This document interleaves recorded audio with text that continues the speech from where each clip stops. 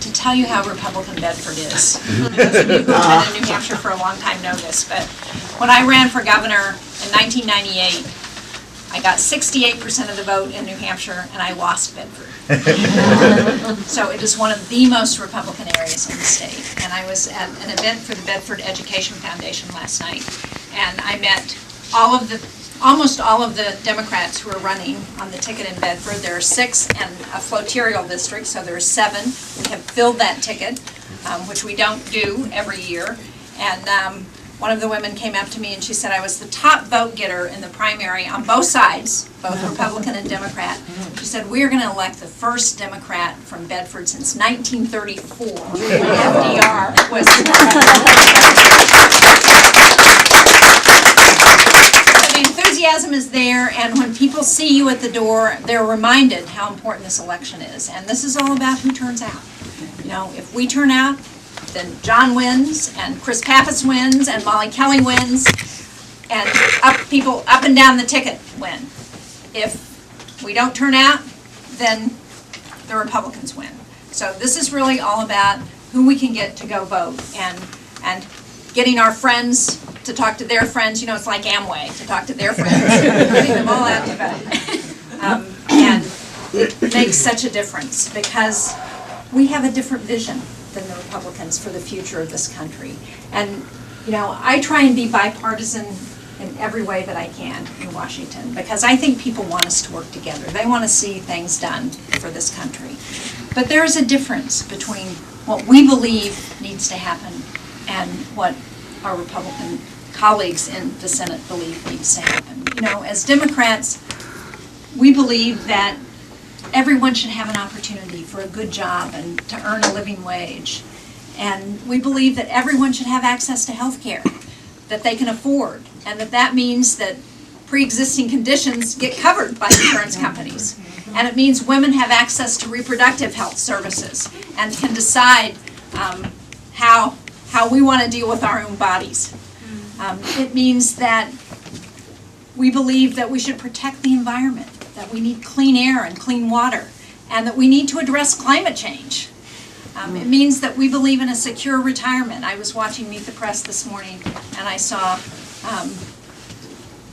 them talking about the Republicans who were saying, you know, now that they got their tax bill in, and the deficit and debt has again ballooned, that we're going to have to start addressing entitlements. We've got to do something about Social Security and Medicare and Medicaid. So we don't believe that. We believe that Social Security is an earned benefit, something that Eddie Edwards doesn't seem to understand in the first CD, and that people need that that's been one of the most successful programs to keep people out of poverty that we've ever seen. We believe that everybody should have equal rights in this country, regardless of the color of your skin or what religion or what your ethnic origins are, whether you're in the LGBTQ community. We believe everybody should have access to those equal rights. And, you know, and we believe everybody who's eligible should get to vote. You know, it used to be that people on both sides of the aisle said, we need to make sure everybody gets out to vote. We need to expand the voting universe. That's not true anymore. We've seen the efforts in Concord to try and keep young people from voting. And, you know, as I said, we were in Hampton earlier today, and Maggie was there, and she was talking about how she won by 1,017 votes. And the reason Maggie won in 2016 and the reason Hillary took New Hampshire was because of the student vote, the young people who voted. And they want to make sure that those young people can't get out and vote, that they're limited in voting. Chris Pappas and I were just at Young's in Durham. It's Parents' Weekend this weekend. Yeah. And we talked to a lot of students, and we said, you know, be sure you understand that if you're not voting absentee where you're from, you can vote in Durham. You can register in Durham on election day and you can vote. We need to make sure young people understand that, and people who have just moved here understand that they can go vote and register on election day. So we have a very different vision for this country. We need to work together, but we need to have support those democratic values that mean that people have opportunities for better lives, to raise their kids to have a better life than they've had. You know, we don't want this to be the last generation where we're better off than our kids are going to be. We need to change that, and so that's what you're doing today.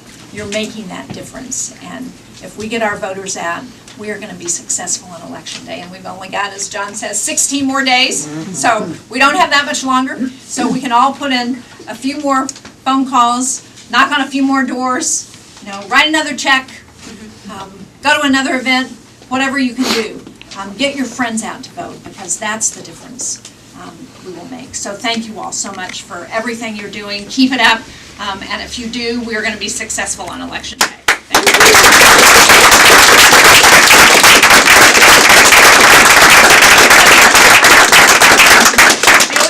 Instructing everybody. Thank you so much, Senator. It's such an honor to have you here, and we're all really excited and fired up to go knock some doors, right? Yes. Now I'd like to welcome two of my most dedicated and wonderful volunteers, Katie and Dan. We're going to lead the canvassing.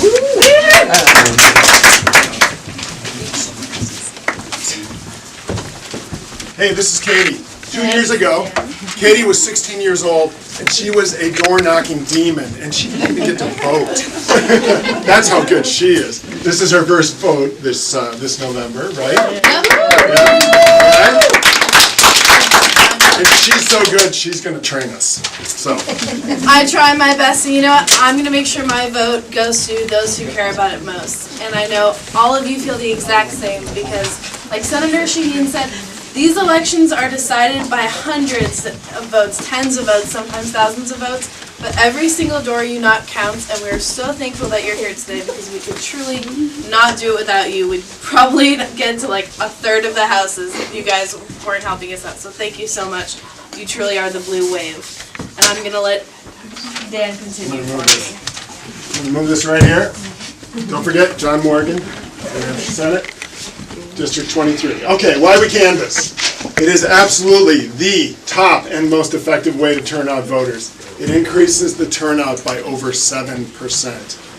Contrast that with phone banking, which is well below 5%, and direct mail, which I think is like 1 or 2%. So that's why we knock doors, because nothing works better than knocking doors.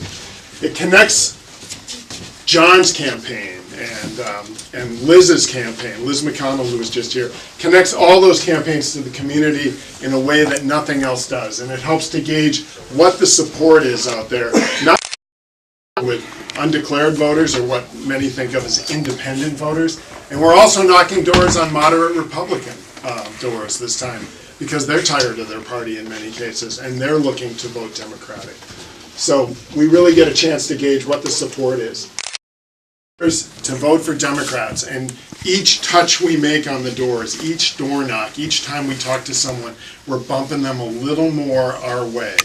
You don't have to bring them all the way. All you have to do is be kind, be respectful, and bump them a little more blue, okay? You don't have to get it all done, just do your part in that moment. And finally, we canvass because it's fun, and I also think besides it being fun, it's like sacred and holy stuff. That moment when you're on the doorstep and you're talking with a voter one-on-one, two citizens talking one-on-one, that's sacred and holy stuff. That doorstep where that happens, that's like my church. It's a wonderful moment. And there was a guy that I talked to yesterday who's registered independent, undeclared, and he wanted to complain about Maxine Waters. And I said, you know what? And he was complaining about division, and I said, dude, I'm here. I took the time to come to your door, reach across those divisions, and have a conversation with you. Let's talk about some of these candidates. And I got him to seriously consider voting for Jon Morgan and Joe Pace in that moment. That was as far as I could bring him.